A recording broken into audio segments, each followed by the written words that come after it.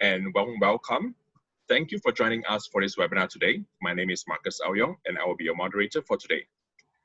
I'm a Senior Marketing Manager for Sansan Global, and today's topic is Restrategise and Sell More Amidst COVID-19. I'm sure this is extremely relevant in everyone's minds, and with the new norm of working from home, everyone is constantly thinking of ways to make the best of the situation and continue to drive business opportunities. So without further ado, I'm pleased to introduce our speakers for today, Tom Scotides and Michelle Gunn. Since 2004, Tom has advised thousands of B2B sales leaders, and marketeers in the areas of effective selling, brand building, demand generation, and lead generation. Tom is the founder of Everpath, a management consultancy focused on helping B2B leaders improve their individual performance, build outstanding teams, and grow leads and pipeline. Michelle leads Sansan Global's customer success function and strategically partners clients to realize their business goals with Sansan. She's dedicated to the advancement of Sansan's features through relevant technology and works closely with the product development team in addressing clients' key needs. So before we begin, I would like to go over some house rules. The webinar will be a 60-minute session. The Q&A session will last for 15 minutes towards the end of the webinar. And there will be 2 live polling questions throughout the webinar in a 15-minute interval each. Throughout the webinar, if you have any technical questions relating to the webinar's video or audio, please feel free to reach out to our panelists using the chat window below. And lastly, a recording of the webinar will be sent to everyone. So I'll just briefly go through the agenda. We will cover, firstly, the challenges faced by businesses amidst COVID-19, and moving on to re-strategizing opportunity acquisition, telling everyone how to actually relook at your business plan. And lastly, putting yourself in a position to sell more, followed by the Q&A session at the end. So both Tom and Michelle, we are very glad to have you with us today. I'm sure businesses everywhere are facing challenges, both very significant challenges. And I think salespeople are especially affected. Michelle, would you like to take us through?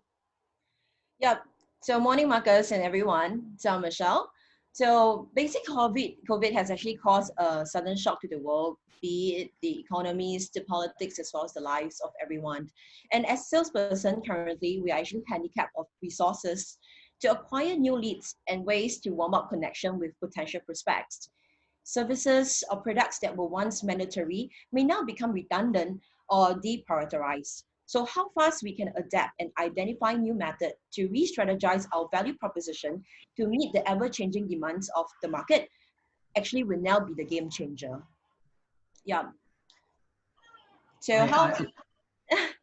I'll jump in there. I agree, Michelle. And I think that my network is made up of marketers and salespeople equally, based on my background and in my discussions with sales professionals from at the executive level down to the coordinator level. Regardless, this has caused an issue in terms of relearning how to sell, and what worked at events in person has to be changed for digital, and the language, the copywriting, the tempos. So I think most salespeople are having to learn new ways of engaging with their buyers, which is a forced requirement these days, as opposed to 3-6 months ago when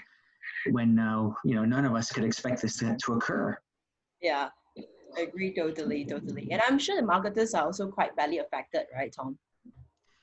Look, pipeline issues, pipeline deceleration instead of acceleration has affected sales people, but also marketers are trusted in the B2B space to drive brand building, demand generation, lead generation efforts that produce top of funnel leads, middle funnel leads, bottom funnel leads.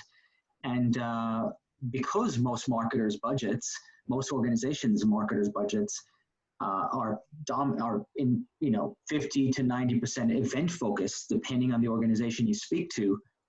All of a sudden, there's all this budget that's not being spent on physical events and has to be redeployed And this redeployment requires retraining, retooling, and this is causing a delay in pipeline acceleration. Yeah. So it's, I think both marketing and sales are in the same boat here, and they're required more than ever to work together. Yeah, Very valid I point, totally agree with that. very valid points, both Michelle and Tom. And I think even business owners are experiencing difficulties between like their own businesses and ecosystem. Tom, would you like to take us briefly through that as well? Look, business owners, they're across marketing and sales business owners, aren't they? So I think everything we discussed about salespeople and marketers affects business owners equally. They're looking at how do they retain staff? How do they retain sales, marketing teams, and other teams in this uncertain environment? Will their marketing team produce the leads they need to create top of funnel, middle funnel leads that will feed the sales team? And will the sales team close these leads? Business owners have dozens of decisions to make when it comes to staffing levels. Do they invest more aggressively to take advantage of the reduced expenditure by their competitors, or do they pull back? So that's the biggest question right now. Totally agree. I think even with COVID-19, there's an epidemic going on. But then again, salespeople still have to continue to look for ways to find opportunities and make deals. I mean, this doesn't change. Marketers still have to continue to drive awareness and market interest. Albeit the way they actually market will be slightly different. Physical events are gone for now, and digital space has been crowded, and business owners, like you mentioned, Tom, the bottom line is important. Revenue is always a concern, and I think the main focus is for them to basically survive as best as possible. So I think we can all agree that we need to re-strategize the way we look for business opportunities, definitely amidst COVID-19. Okay, the time has now come to do a live poll. So everyone, you should actually see the first poll questions on screen now. So the question will be, after COVID-19, how open do you think your own organization will be towards change in sales and marketing strategy and processes? Because obviously this epidemic has forced businesses to rethink the way they operate. And there might be some changes. So how do you think that COVID-19 will actually affect your own organization post-COVID-19? So I'll give everyone a minute to just key in your answers.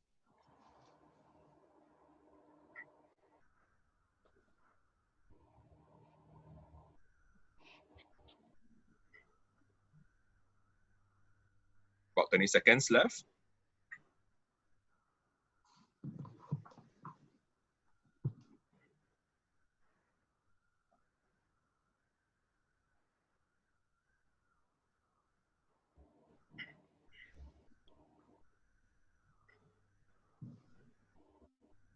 Okay, I think we have a very interesting set of results here. Let me share the results to everybody. As you can see, I think most of the audience here, they're fairly open. They think that their organization will be fairly open post-COVID-19 in the way their own sales and marketing functions will operate. And I think the outlook is looking pretty positive, with like 30% stating that the organizations will be very open and adaptable. That's a very forward-looking view. So very interesting indeed. So let's move on to the presentation. So these three words, the growth mindset, it's a very simple three words, but there is a lot behind it. Michelle, would you like to tell us a bit more about the growth mindset? Yeah, sure. So this was actually introduced by a Sansan client who I have actually witnessed myself how the team has kind of evolved and rise to occasion very quickly during this COVID outbreak. So I guess we all agree that one thing that's constant in today's evolving world is actually change, right? So further proven by the COVID, no one can actually predict the future and what it actually will bring to us. And with change, we ultimately will be operating out of our comfort zones more often. So for example, we used to be able to acquire new leads through physical meetings or events, but now most of us are unable to do it the same way as before. So in order to actually emerge stronger in this unpredictable working environment, it actually will require a stronger growth mindset to facilitate a very positive approach to learning and viewing these challenges as an opportunity. So myself, example, I'm a salesperson and I love to talk, right? So I enjoy having conversations with people during meeting or event, but due to this situation, I'm unable to have, all this interaction as before. So thus, I actually tell myself I need to train myself and to continue at what I love to do and what I can actually continue to do best. And that's why I am here, still interacting with all of you, but just through a different platforms. Having conversation with Tom and Marcus and everyone, through to webinar. So can you imagine when the entire company embrace this growth mindset together, everyone will actually feel more empowered and committed, which in return will actually result in more collaborations as well as innovation. Thus, a stronger mentality and adaptability towards change as well as overcoming all the obstacles towards us. So this is something that I will really strongly encourage everyone to have and inbuild, during this tough situation. Thanks for taking us through the growth mindset, Michelle. And I think moving forward from that, this article seems pretty interesting. This is from Marketing Week, which has a headline, the best marketeers will be upping and not cutting their budgets. This seems like quite ridiculous, especially in this time that we're in. Tom, would you like to share what actually is behind this article? Yes. Well, it's written by a professor that I know personally. His name is Mark Ritson. And to the viewers of the webinar, I recommend reaching out to Mark Ritson on LinkedIn, connecting. He's a great marketing mind. And he did research and he found that over the last, I think it was 50 or 60 years, maybe even longer than that, it's in the article, multiple research studies proved that organizations that invested more during times of crisis like recessions actually grew their market share post the recession. And the reason for that is we have groupthink. As human beings, we're all part of a group. And as a group, all of us follow common sense, which is pull back during a crisis, invest less, spend less. So those who are contrarian, who go against the crowd and actually invest more during times of crisis, capture more mind share, capture more voice. And therefore, during that time of crisis, consumers are still consumers. They might be more quiet and more worried, but they're still listening. So you're grabbing more, you're building more brand equity. So when you emerge, you're in a better position. This doesn't mean you have to spend more. Part of this is spend more, but it doesn't mean spending more budget. It could also mean spend more time in programs that you've never invested in before, you've never invested time in, and actually roll them out to build your brand and capture the consumers during this crisis, which is both a health crisis and an economic crisis. Actually, very, very insightful perspective there. I think this is something that I can take, to our management to actually, don't actually reduce the marketing budget. So to all the marketers in this webinar, if you want to go to management and defend your budget and maybe win some more budget, take this article and just print it out and give it to the management. It should work. Definitely.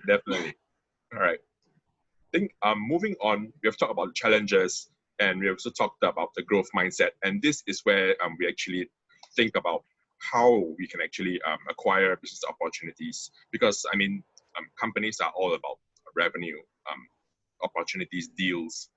So I think the first thing for salespeople will be customer relationships. I think this is the time to take a step back and relook at this. What do you agree, Michelle? I definitely agree. And when it comes to customers' relationship, very often, we have a very strong relationship with decision makers, with key stakeholders. But sometimes we have to ask ourselves: do we actually also have very good visibility to influencers, or probably the end users? And it's actually especially critical in a remote work situation, where you never know when your customers or who from your customers' organization will be contacting your firm, right? So the entire company needs to be very aligned and have a very common objective in sustaining this business relationship, And it should no longer just be the role of your customer service rep or your salesperson. It should be everyone, starting from even admin, finance, you know, or anyone from the engineering team as well. Yeah, correct. So this is what I feel we can actually kind of change and shift, because we should actually start advocating, nurturing our customers to be our brand advocates as well. So starting from, like, example, internal employees, they are actually your best brand advocates. They are actually the one who represent your brand and speak to your customers as well. So, and of course, definitely when it comes to external customers, they are actually the real life examples of use case of how your product or solutions have already benefited them. So the best form of marketing is through referral case studies. Do you agree, Tom? I agree. It's such a simple thing to do, but it's so hard. Companies just don't invest in advocacy, and they say they will, or they have someone who's head of advocacy, but this person doesn't have a budget, and they're just they're just left to their own devices. So this is the time now, whether you're a marketer or a salesperson, as Michelle said, to actually start talking to your customers. And what is more simple than calling a customer up and saying, we're all suffering together? Can we actually get together and co-create a piece of content, even if it's educational? Can we get together on video, co-create content, and then both of us share it out and benefit our target audiences with some great insights? Not many customers will say no to you. And yet that builds your relationship with your customer, and that becomes the vehicle in which you can actually sell more to that customer. So I think that enough talking about advocacy and doing nothing. This is the time to get on the phone, get on the email, talk to your customers, talk to your channel partners and your employees, and get them all sharing content or engaging in other business building activities that need to take place. Enough talk. I think this crisis is making us have to do this. And I agree, not just on the existing customers that we have already built, or channel distributors that we already have. We can also start doing some form of active farming of all those past connections that we have created in the past, right? And that probably brings to a point about the active farming versus hunting for new customers. So I always believe that acquiring new leads actually does not necessarily means additional money spent. Same like the marketing that you have shared, the content collaborations. So in the past, for example, I've actually collected 100 leads, and due to capacity constraint, I'm only able to work on the first 20%, and probably the balance 80% get chucked into the drawer. So, and that's just myself, one person. So imagine if it's a team of 10 or more, you could have created 800 potential leads, and I could have shared with you, Tom, to actually source out for some connections to actually do some form of content together. I agree, Michelle, and I agree, and I think that this is the time to also investigate new channels. And actually, I'm going to go more than that, not just investigate, but just get started. Even if you get started in a mediocre way, it's a good plan today is better than a perfect plan tomorrow. You get started, even if it's centimeter by centimeter. For example, social selling. Everybody talks about it. Everybody buys Sales Navigator. They don't use it. People say they use LinkedIn, but they only use 5% of LinkedIn. Just get started with social selling. Invest in trainers. Disclaimer, I'm a trainer, so I want to make a disclaimer here, but you don't have to bring in a trainer. You can just bring the team together and discuss how you can use social channels to engage clients. You can get together and do content marketing blitzes. Again, you don't have to pay an agency, but companies don't do this or haven't done this. Maybe this is the time to investigate and actually invest in new channels and just get started, even if it's a mediocre effort to begin with. Totally agree. There's no best time to do it. Never will be a best time. Every time is a best time. Yes. I think moving on to company-wide strategies, how do you think, both Tom and Michelle, do you think companies can rethink of some strategies to look at it from a company's point of view? Well, for me, if I can go first, Michelle, sorry, I just jumped in there. For me, my wife works in a global software company, and she said to me something that she believes in, which is brand over demand, and during this time. So I actually agree with that, and that ties in with the article by Mark Ritson. You want to build brand equity. You want to build relationships, brand equity. Think less about leads. Think less about hitting targets today, right now. Start thinking about how do we build an extraordinary brand for the company, an extraordinary brand for our people and relationships. And for me, that comes with content programs that are new to the company, educational. It also comes with referral programs and introductions, the way we did it back 100 years ago, when people introduced each other in a very warm way. Relooking at your existing network, I really believe this is not just a COVID tactic. I believe that this is a tactic forever. And I'm expecting that the COVID crisis will lead companies to think about brand over demand. Definitely. Michelle, what do you think? I definitely would agree on that. And I guess coming from a sales standpoint would be, I believe in the power of 10 compared to a power of 1. So that leads to the collaboration within the entire organization, pulling all the different contacts and networks that everyone have already built, along throughout the years. And I always believe in there's always opportunity in every different customers or connections that we have built, be it from your supplier, from your vendor, from your partners. And your HR partners or vendors who has always been dealing with just your HR team may become your potential customers. So I think it's very important as a company-wide is to really think of ways to collaborate and not just think silently like what you have shared. So it's not just about individual, not just thinking of revenue right now, but it's about thinking of how the entire company can come in together to emerge stronger for better collaboration. And it's not just going to be a short-term win. It will be actually benefiting for everyone in long-term perspective. Yeah. So that's how I felt. The company-wide. Very interesting perspectives, both Michelle and Tom. I think the key word here, the key takeaway here we can actually get from is actually the word collaboration. I think this is especially important, especially for COVID-19, when companies are taking a step back and looking at their internal processes.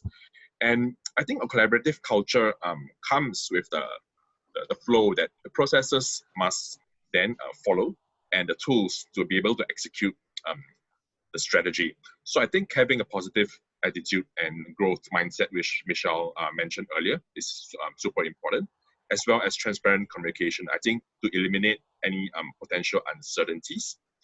And I think for processes, I think there should also be certain processes in place to support collaboration, like reward and recognition systems that encourage internal referrals will be, I think, having a major impact on the way employees refer contacts to each other to support seeking business opportunities.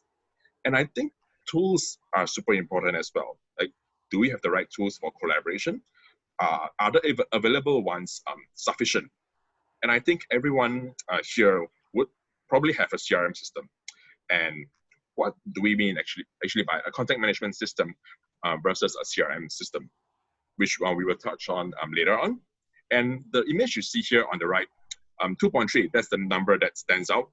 So last year, we actually conducted a survey to 400 business professionals in Singapore to just poll them to see how they actually manage their business contacts. And we found out that among those 400 survey respondents, those who actually shared business contacts within the organization actually experienced more than twice the number of referral business than those who do not. So that's a very interesting number. And I think, if this doesn't support collaboration, what will, right? So I think moving on to this slide, I think Tom can take us through for this one. Yes, I'd love to. So this is an idea I want to give to the viewers. Some of you might be doing this.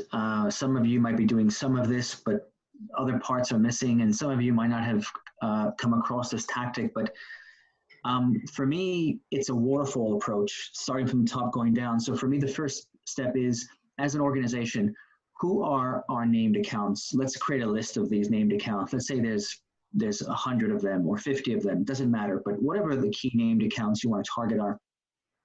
And then who are the types of buyers? And this takes study. It's not just we're targeting marketing managers. What else? Are you targeting heads of digital? Are you targeting other job titles that are peripheral? So who's the buying committee? Mapping out the entire buying committee in each of your named accounts.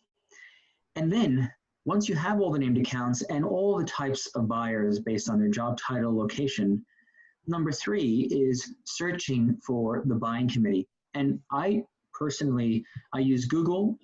That's probably 10 to 20% of my searching, but 80% of my searching is on LinkedIn. And LinkedIn has a function which I recommend everyone explore called the people search function.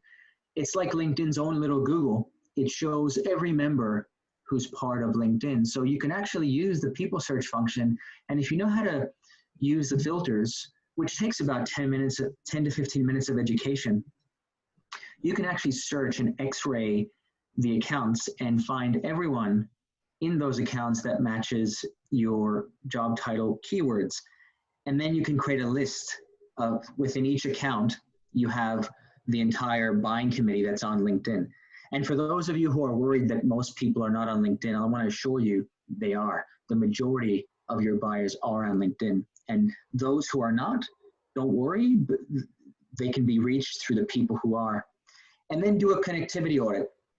Bring all your sales team together in one room, put up the list on screen, and then ask among the sales team, how many of these people are you connected to? So you bring up named account number 1, there's 15 people. Who in this group knows these 15 people? What's your relationship like? You can do a real life relationship audit, and you can do a digital connectivity audit using a LinkedIn connection. This will give you a lot of insights into how many relationships your team has with your named accounts. I think you might find it sometimes shocking how little they do. It might be 10%. So that gives you 90% gap. So the opportunity is to build more relationships. So this is where you develop your account-based marketing plan, your AVM plan. And this plan can include LinkedIn, asking your team to connect on LinkedIn. It can include introductions on LinkedIn by using LinkedIn's feature of mutual connections. You can see between you and the prospect, who do you know in common? And also you can use a platform like Sansan, which is all about digitizing business cards and creating a contact management system so you can actually see who knows whom. And other platforms and tools are required to actually bring this to bear and backfill non-existing relationships with new relationships. And then you launch your campaign.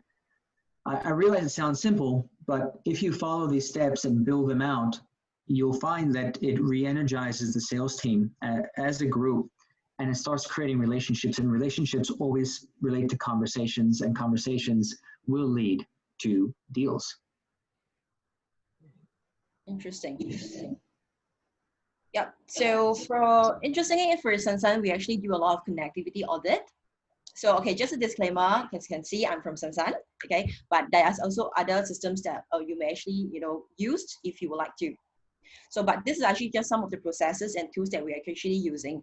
So we actually have this organization suite that we will, as all salesperson or, any managers or directors will constantly be doing a lookup for. So we use this to measure the relationship of the sales team with the customers, be it existing or new. So for existing customers, what we want to know is we want to understand how strong is our existing relationship, how intensive is our coverage. Because in the screen, you can actually see there's like the CP6, CP21, that actually gives like a pointer of how intensive, what kind of conversations actually, or how frequent the conversations we actually conduct with this particular contact and prospects that we have. So are we connected to all the critical stakeholders in our client space? And what are actually some of the activities that was carried out? Has to be easily visible to all of us, be it from the sales, from the customer success, from the finance, or even from the admin team. And for new customers, we actually use it to identify existing connections that has already been established within the organization with the potential prospects. Ultimately, it's definitely easier to actually connect with a warm lead than doing a cold call, right? So even using social media, you will really kind of realize for the other recipient to accept your connections. And so we actually prefer to use the warm leads, and it has actually been very powerful for us. So we also use the organization tree to uncover what is the gap in potential missing connections to penetrate new account. And definitely back to Tom and what you have shared, we can actually start looking at LinkedIn in terms of the people search to identify. This webinar is about infecting the viewers with ideas. It's not about just Sansan or LinkedIn It's about aggressive approach to investigating new tactics, new channels, and above all, thinking about brand and relationships, and then the leads will come. Yep, correct. Very valid points. Yeah. Yeah. So these are actually just some of the measures and tools of the processes that we are doing. Definitely, there are also other tools, solutions out there that you can actually innovate and try out. So there's one more thing I want to stress on is about the reward. So often we will tie reward with monetary gains. But what I believe myself is very important to have recognition of efforts and results, so that everyone in the company wide will be open to collaborate further. And it is very important that in challenging time, everyone wants to feel that they are contributing to the growth and success of the company. So if you have a good culture, you have a good process and the tool, it is also very important that you need to recognize the efforts of everyone coming together. Very interesting perspectives, and totally agreed, because I mean in this point of time, human connections are what matter, right? Both internal connections within the company and also the company's connections with outside business ecosystem, super important. So thank you both Tom and Michelle for that perspective. So the time has now come for the second live poll question. So let me just flash it out.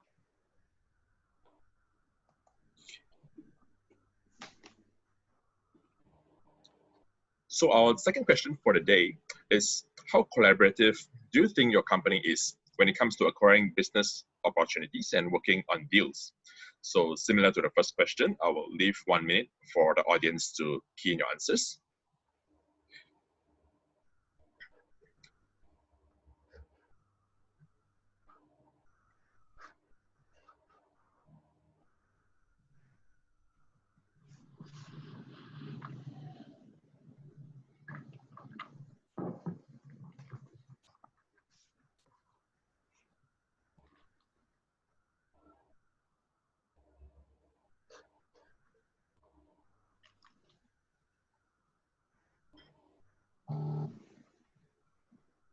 We have 10 seconds.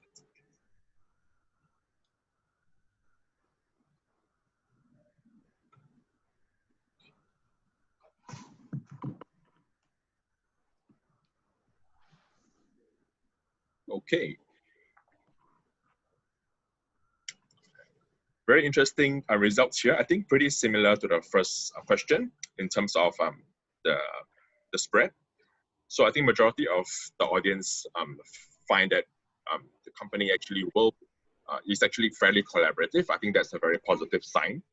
And I think 23% found collaboration to be super high in the company, and about 12% found collaboration to be not very.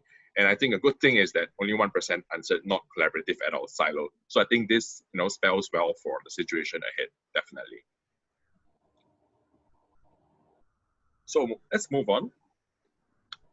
Earlier on, we touched a bit on existing CRM systems and the introduction of a CMS. So Michelle, can you take us through what are the key differences between a CRM and a CMS? So I would definitely agree that a CMS actually complements an existing CRM. And coincidentally, in Sansan, we also uses both the CRM and of course, definitely Sansan, we are CMS itself. So I'll just briefly share. Yeah. So for CRM, actually, what we do is we use it purely for pipeline planning.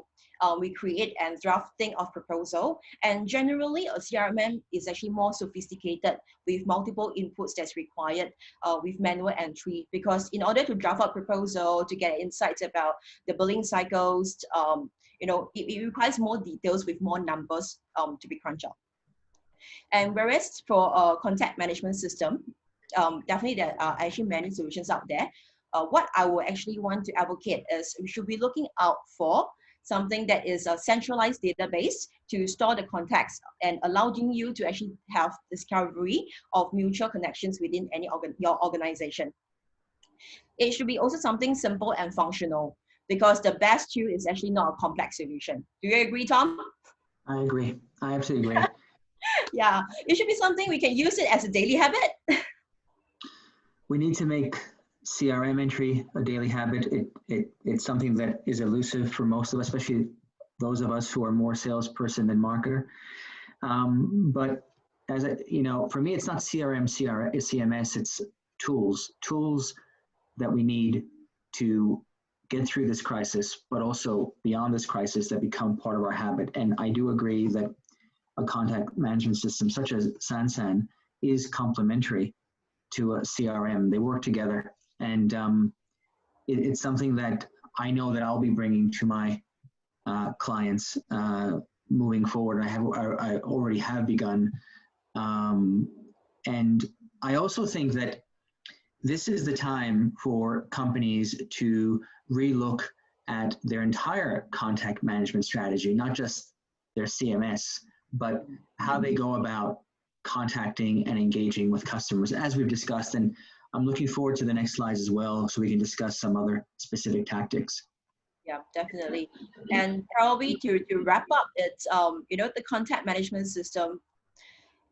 I think the data that we actually have in all business cards are actually vital, or any contact information are actually vital. So to wrap up for me, it should be something also straightforward, or any tools, any system should be very straightforward and encouraging, so that it actually allows anyone to be willing to, you know, share information easily. And data have to be accurately captured as well, because any inaccurate data will actually just equate to a loss in relationship. And Yes. last but not least, right, especially for business owners, these are your assets. Yeah, so the security and ownership of your tool should never be compromised. Totally agree. Yeah.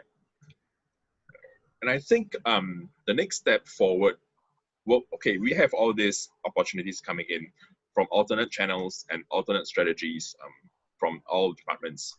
So what do we actually do with all these opportunities? I think the next best thing we can do is to put ourselves in a position to sell more, to just do what we can to increase the chance of selling to our prospects. So Tom and Michelle, would you guys want to start? Sure. So for me, I work from outcome backward. So for me, it's not bottom up, it's outcome backward. And the outcome for me is I'm having conversations every day with my customers and my prospects. That's really all I care about. I don't care about sales. I don't care about pipeline. What my key focus is, conversations, activity, because I know that will lead to requests for proposals, and proposals will go into my CRM, and I know that I will have pipeline, and I know that part of it will close. So I focus on meetings, conversations. And if we work backward from that, how do we get those conversations taking place? And there's no quicker way to have those conversations taking place than, firstly, investing more in your marketing, just like that article said. This is the time to step up investment, spending more, but also investing in new tactics, new channels. And for me, a quick tactic to build those conversations is to use referrals, introductions, new connections. This is the core of how we create those conversations. And for me, the buying committee are the right people to be speaking to. And as I said earlier, the buying committee needs to be identified, and that needs to occur through tools like LinkedIn, which I'm passionate about, Google, and also our own people who have met these people in past lives, but just never think to talk about them today because they're not their target anymore. So this is where a platform like Sansan and how you digitize business cards and create cross-company collaboration around who knows whom are critical. Michelle, what are your thoughts? Definitely in a space like that where I understand you enjoy having these daily conversations and activities. And for me, perhaps I'm coming from a customer success, I feel that it's very important that we should remember actually where and when this conversation actually took place as well. So that allows me to really better understand them, and to be able to have like common ground to facilitate future conversations. And this will allow me to actually have a better penetration plans as well with the prospects. In that perspective, we actually kind of warm up the connections instead of just having very co-relationship that is very transactional. So this is something that we really have to move away from. I also think, Michelle, that even though I talk about conversations and I believe they're feasible, maybe the extent or the volume isn't feasible because everyone's so busy running around trying to figure out how to solve their own company's problems. I still think you can have a conversation, a half one, by using content more effectively.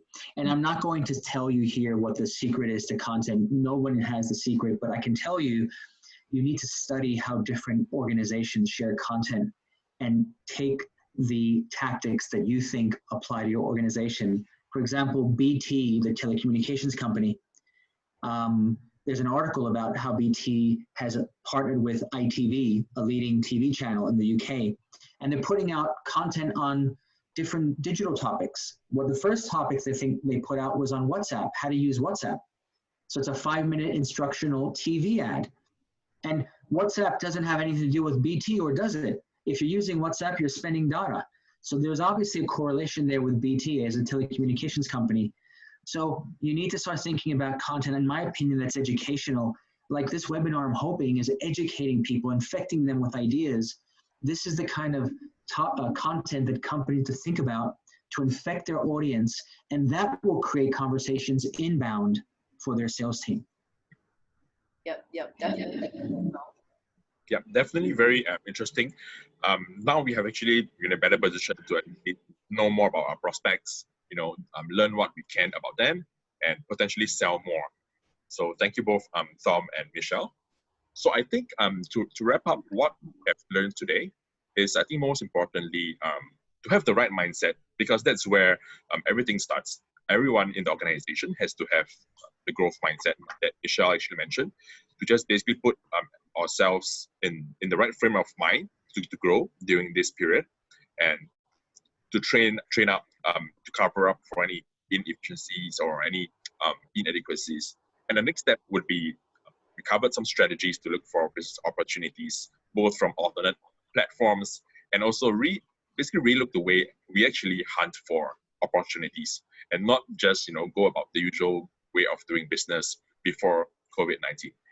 And I think one key thing that we can take away is collaboration is especially important and will be even more important post COVID-19.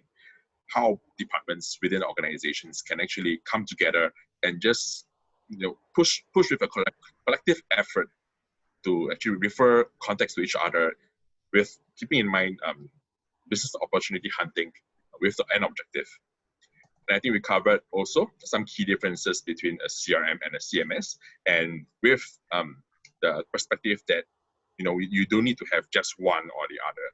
I mean, both systems perfectly complement each other, and there are different strengths and weaknesses that both systems can come together and be able to empower organizations and their employees to really have full oversight of deals, both existing and also new, hunting for new deals.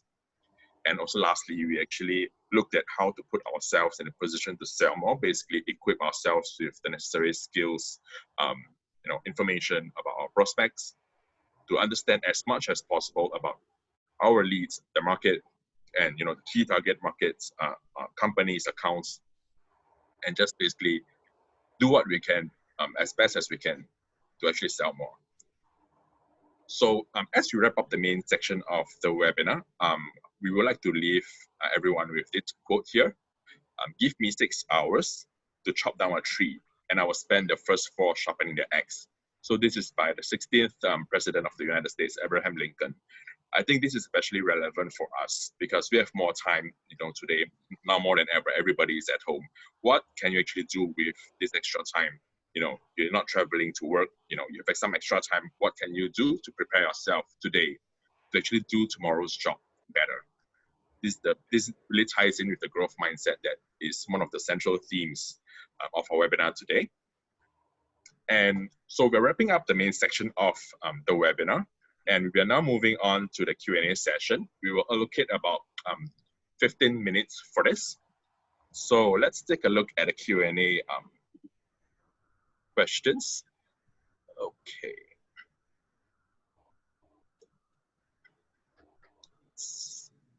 Okay, we have one question here. What are the best practices to approach companies for collaboration? Because Tom, earlier on you mentioned now is the best time for companies to band together, in a bid to tackle some challenges and potentially do some co-marketing activities. So how do you actually approach them? What are some of the best practices you can use to do so? It comes so, and I'm at this point I'm developing a blog for my company that I'll be approaching customers of mine for collaboration. So I'm practicing what I preach. The key is what's in it for the customer first, what's in it for you second. So when you approach anyone, especially a customer or a channel partner, you have to think, how do I design something that clearly is going to help their brand first, but then obviously it has to support your brand. And it's very rare for any person you approach to turn you down, even if they know you're going to benefit, if you make them the first beneficiary. So I think sometimes case studies obviously are very good for a company, but sometimes they're not great for the client. The client does it out of kindness and good faith, but case studies can sometimes be more seller focused rather than customer focused. So for me, how do you make a case study more customer focused? And of course, at the same time, improve your brand? Or can you collaborate on content like BT did and actually educate the market around your product category, not necessarily your product? So to me, it's not the execution, the actual execution. For me, it's the idea of customer first, channel partner first, us second, and then working together to create that content. That becomes easy as long as what you're talking about promotes both brands ultimately. And I'm currently about to do this. I'll be launching it soon. So fingers crossed, we'll see how we go. If what I preach actually works, but I think it will. I believe in human relationships at the end of the day. A good plan today is better than a perfect plan tomorrow. Agreed, totally agree. So we have one more question here. One audience member actually asked, I'd like to know Tom and Michelle's ideas for connecting with people when we can't necessarily meet them in person. So I think this has 2 points. One would be how do you actually reach out to them and to first secure a meeting? And I think the second will be during the meeting, obviously video conferencing or a phone call. How do we, without meeting them face to face, how do we actually establish that connection with your prospect or the lead? So like some ideas I'll just go in first quickly. One tactic, just one, is go onto LinkedIn and use the people search function and search for named accounts, find the people in those named accounts that are relevant to you, and then look at the mutual connections feature. You can see who you're mutually connected to. So if I'm looking at a named account and I see Marcus as a prospect, and I can see mutual connections, Michelle Gann is a mutual connection, I can reach out to Michelle and say, call her or email her and say, Michelle, can you help me out? I'm trying to reach the named account. They're called Sansan, and there's a buyer there, a marketer who would have budget for me. His name is Marcus O. Young. I saw on LinkedIn that you're mutually connected. Do you know Marcus? Can you help me out? Can you introduce me? That is, in my opinion, a quick, simple, organic, ethical, relationship-enhancing way to connect with buyers without, even if you don't have their phone. Interesting. And I guess for me, it's pretty much relying on the warm connections that I have already established in the organization. So I'll actually reach out to my peers and, you know, ask them for referrals. Same thing like you're doing in LinkedIn, I'm doing it in a different way within my organization, because these are actually peers of the same, right? So they'll be more than willing, because we want to go into the market to connect to more customers. So in that manner, we are winning a game together. So you can leverage your own customers. So sorry, you can leverage your own colleagues. And look, I know that this is a promotion for Sansan, what I'm saying, but I'm not affiliated with Sansan.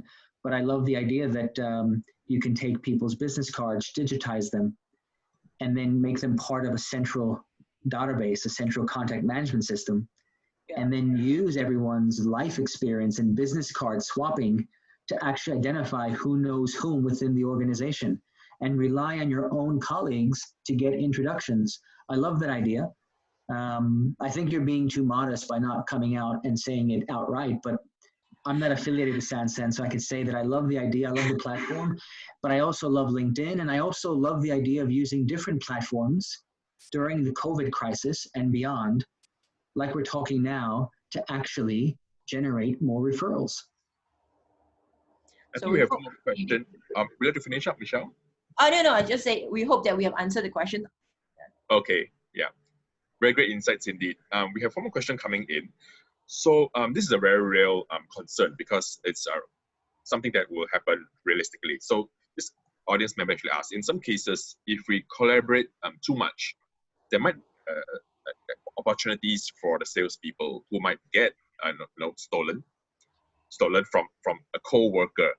I would like to hear from you whether this is the case, or how would you actually manage this situation? Of course it will happen. 100%. You are going to get screwed over once in a while by a coworker. So don't try to stop that. It's going to happen. But I tell people, you get screwed over one time, but the benefits are 50 times higher. So do you avoid the 50 times benefits to avoid getting screwed over once, or do you go for it? So for me, go for it. And one way to protect yourself, if you're asking for introductions or other collaboration with coworkers or channel partners, everything in writing, emails. So you have a trail. And make sure you speak to your manager and explain to them, I'm reaching out to Marcus and Michelle for collaboration to support me.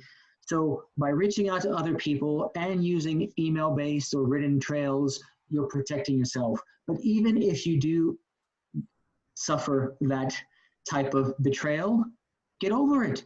The benefits of this collaboration far outweigh the occasional nastiness that might be displayed by a coworker. And I think this can be mitigated with everyone having the right mindset.